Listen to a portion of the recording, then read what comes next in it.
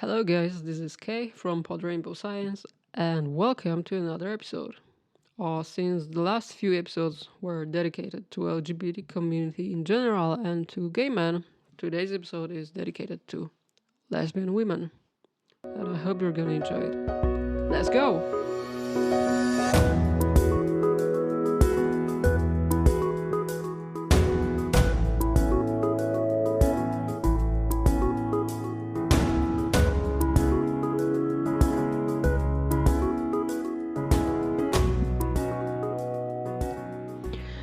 Hello, guys, once again.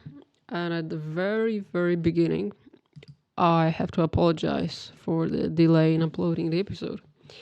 There was a lot of things going on recently, and I told you last time that I had a job interview and I got the job and I'm officially employed at the medical college, so I had to do a lot of things related to employing me, including safety and health exam, the medical checkup, and so on. A lot of things, and I literally had no time to even sit down and record a short episode. But I finally have everything done, and everything is more or less under control, so I'm coming back to the recording. And first of all, good news, guys. Congratulations, Switzerland, on your decision on marriage equality. And for those of you who are not familiar with the case, last weekend, on September 26th, there was a national referendum in Switzerland in which people could vote whether they support marriage equality or not. And official results showed that the measure passed with over 46% of voters in favor. And Switzerland had a long journey of same-sex union, and I believe it was possible since 2007, I guess. But marriage was not recognized. I mean, same-sex marriage was not recognized. And 6 years later, the legislation to allow same-sex marriage was introduced, but it took some time to adopt it, and finally, now voters said yes to equality. So good job, Switzerland. And speaking of equality, my friend indicated that I only talk about men, and I should be more equal in this case and add something about women. So I have to explain myself a little bit.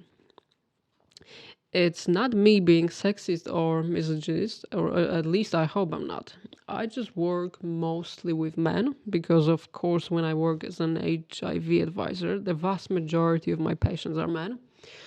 It doesn't mean that gay or bisexual women shouldn't be tested.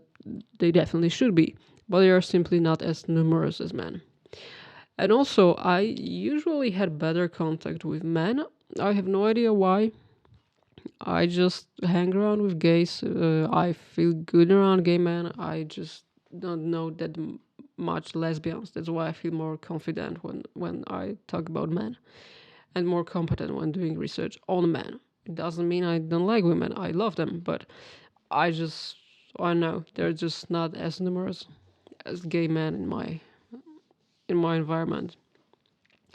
But this is something I have to work on, and I know it, and I will work on this. So I'll try to increase my knowledge on women, and I can even tell you that we are planning to conduct research on sexual satisfaction in lesbian women. So I hope this would be a good chance to increase my knowledge on women. And I was thinking a little bit what I could talk about in this episode, and since I'm a sexologist, I'm gonna tackle the problem of so-called lesbian bad death. I wasn't very familiar with this phenomenon. Maybe just a couple of times I've heard this notion, but I didn't really get that much into it, so I tried to figure out what's the point, what's the case at all. And in general, a lesbian bad death is a situation when women in long-term relationships become less interested in sexual interaction, and the relationships are based more on friendship and emotional relation than on sexual contact. And in this episode, I'm gonna go through the history of this concept and research, and at the end, we're gonna see whether it's even something real or just a kind of urban legend. So first, let's start with the concept itself. before we get to the research on women's sexuality.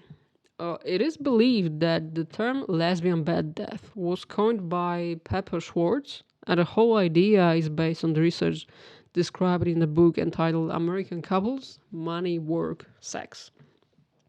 The book was written by Pepper Schwartz and Philip Blumstein, and Pepper Schwartz is an American sociologist and sex researcher, and I believe she was in at least the first season of this terrible TV show, Marriage from the First Sight.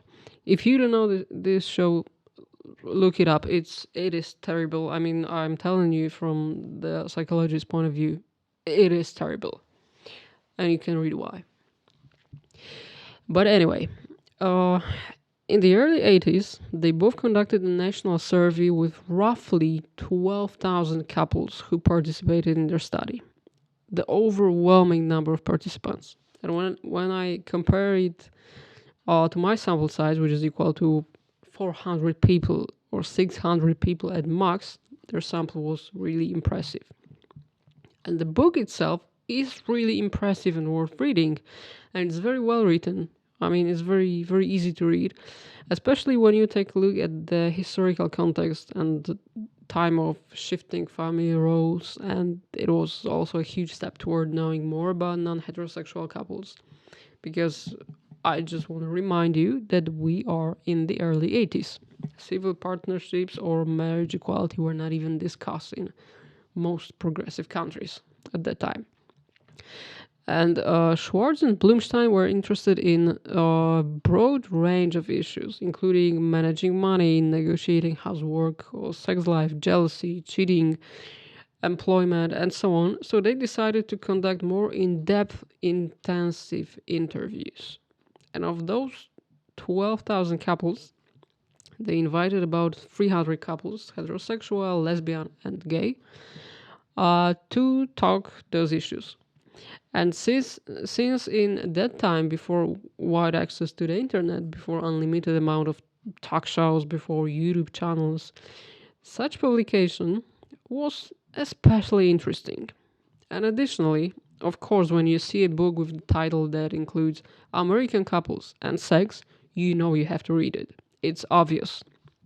It is absolutely obvious that everybody loves to hear about other people's sex life. So the publicity and marketing of this book were brilliant. But what they found? They found, for instance, that in heterosexual couples and in gay couples, the one who earned more money kind of automatically has the power in the relationship. While in lesbian couples, salary wasn't that important and the balance of power wasn't related to their income. That was quite interesting. So from the perspective also of sociologists, the book is really interesting. From the perspective of sexologists, especially the one who's doing research today, there are some serious misgivings. But, well, first things first. In the early 80s, not much data was available on the interplay between gender and sexuality.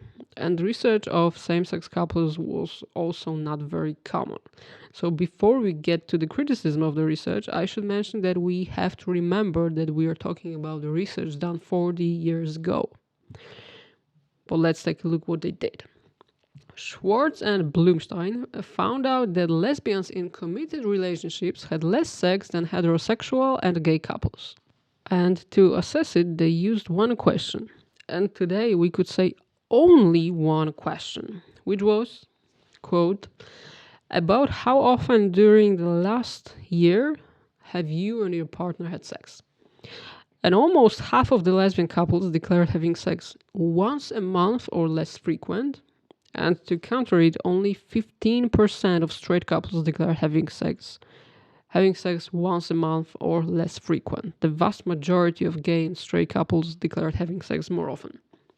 However, we can argue that it was only one research, so it means nothing at all. And that would be right, but there were several consecutive research which also supported that the idea that women in same-sex relationship tend to be more sensual than sexual. And here I have to make mention this is me talking to you.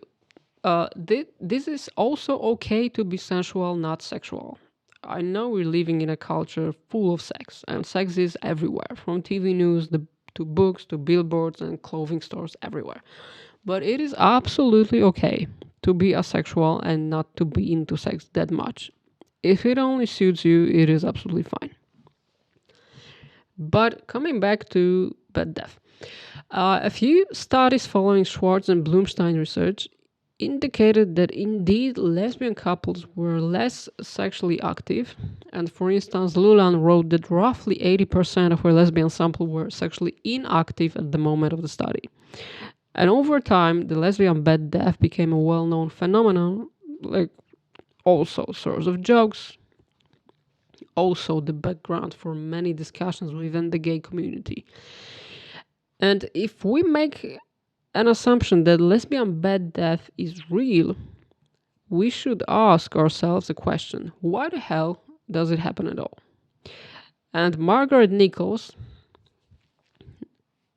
must have asked herself this question also, and she suggested twofold explanation. She does believe that lesbian bed death exists, and according to Nichols, one reason for this is internalized homophobia. And internalized homophobia happens when a person, in this case a woman, is subject to discrimination and stigma.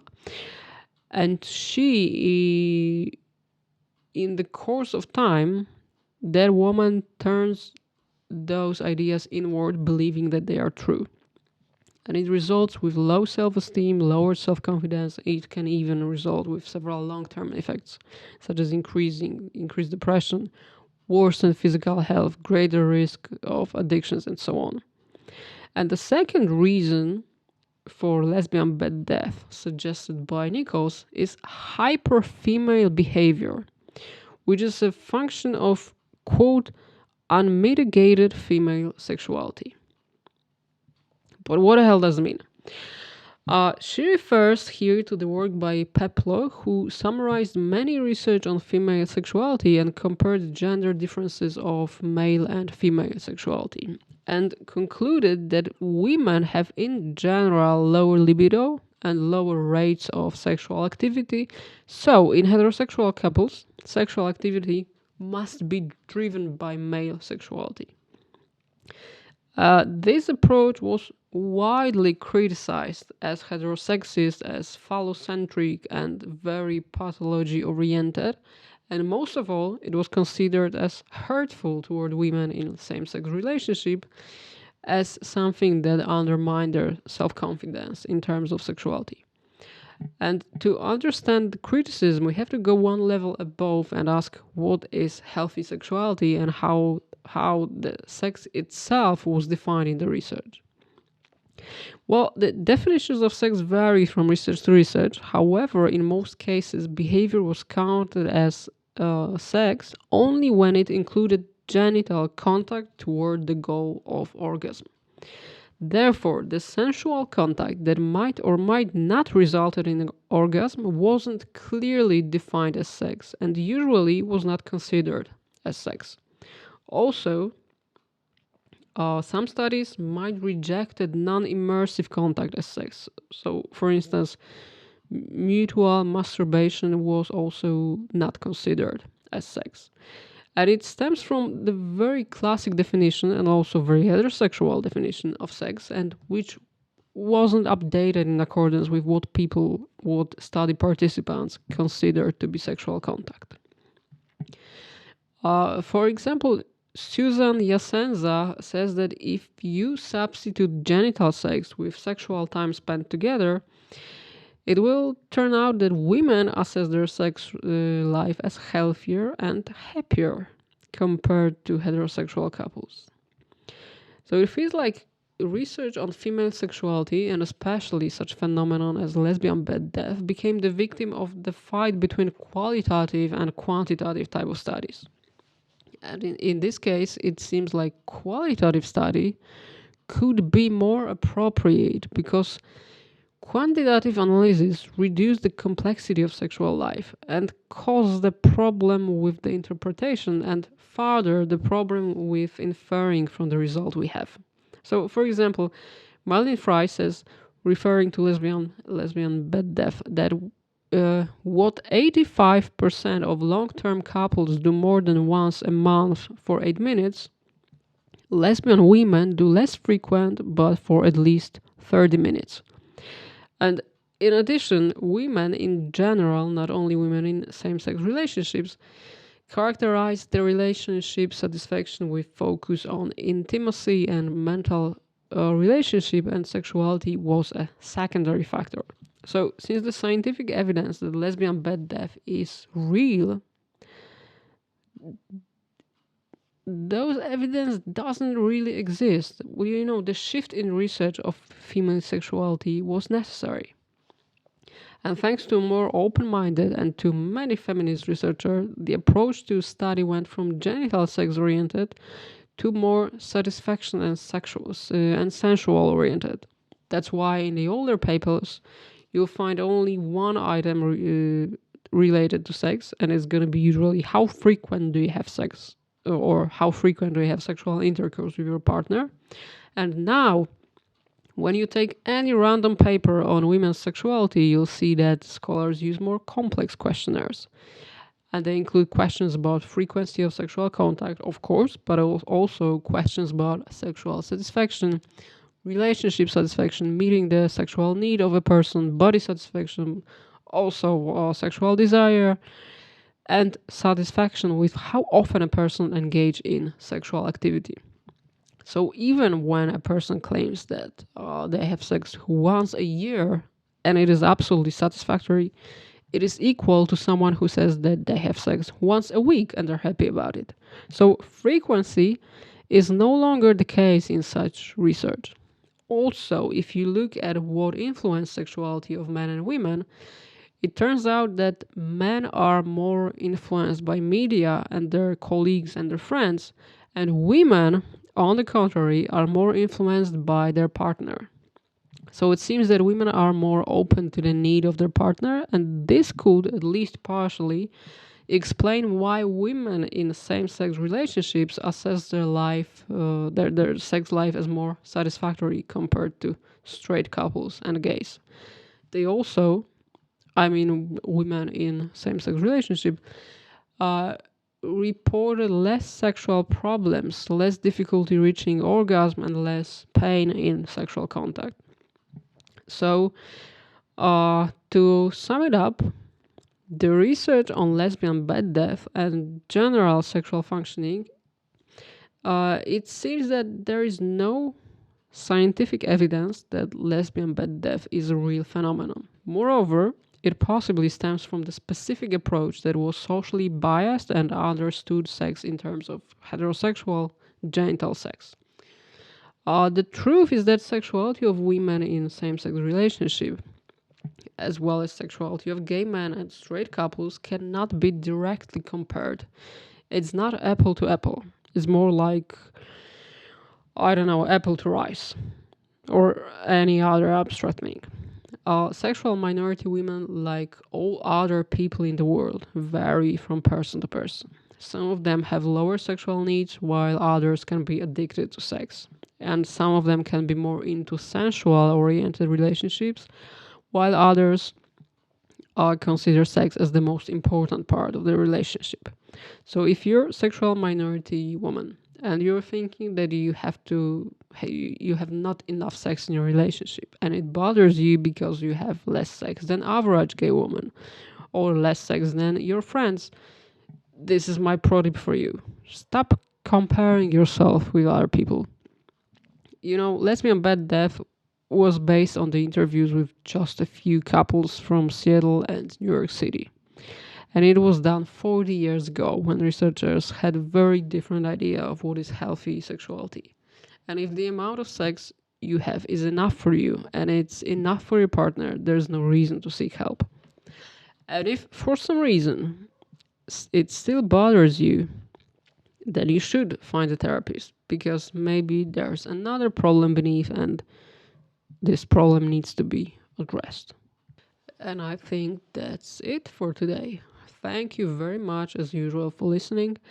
Thank you for downloading the episode. Thank you for all the messages you send me.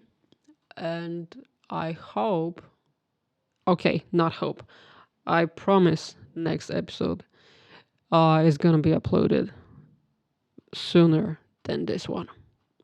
And of course, if you have any questions, you can send me a message, send me a private message on Twitter, you can send me an email. I'll be happy to stay in touch with you. Until next time, take care.